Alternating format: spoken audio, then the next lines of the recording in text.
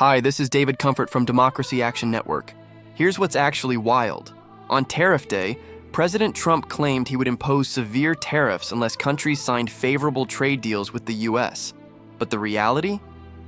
His trade policy is a masterclass in incoherence. Imagine being a country trying to navigate these erratic waters. Ever notice how Trump's threats often seem to stem more from personal grudges than any coherent strategy? Just days before the tariffs were set to take effect, he granted Mexico a 90-day extension, leaving everyone scratching their heads about the seriousness of his threats. This inconsistency is not just confusing, it's damaging to US credibility on the global stage. This is honestly crazy, but the trade deals Trump touts often unravel upon closer inspection.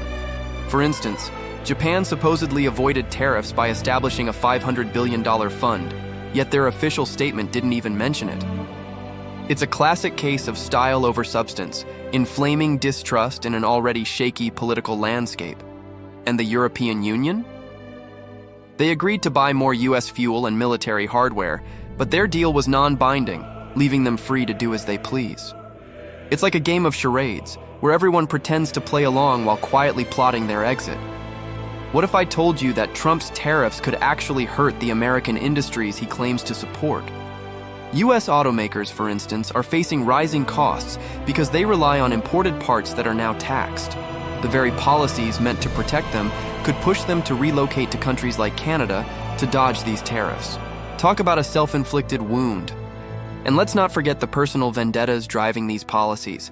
When Trump threatened Brazil with a 50% tariff unless they dropped charges against Bolsonaro, it felt less like trade policy and more like a mob boss flexing his muscles. This kind of behavior not only undermines our international relationships, but also strengthens anti-American sentiments abroad.